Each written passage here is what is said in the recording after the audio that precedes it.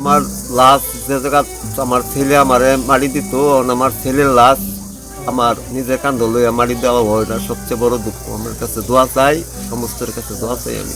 মামুন অত্যন্ত আমার ভাতিজা হয়, সে অত্যন্ত ভদ্র স্বভাবের ছেলে ছিল। সে মানবতর জীবনযাপন করে সে সৌদি আরবের উদ্দেশ্যে পাড়ি দেয় 2015 সালে। এরপর বিভিন্ন কোম্পানি থেকে রদবদল করে সে ঈদের পরে ছুটিতে দেশে আসার জন্য সিদ্ধান্ত নিয়েছিল, কিন্তু ইরানের মিসাইল হামলায় তার জীবন বিস্ফোরিত হয়ে যায়। সে সৌদি আরবের একটি উন্নত হাসপাতালে লাইফ সাপোর্টে থাকা অবস্থায় গতকাল রাত্রে 2টা 30 মিনিটে আনুমানিক সে মৃত্যুবরণ করে।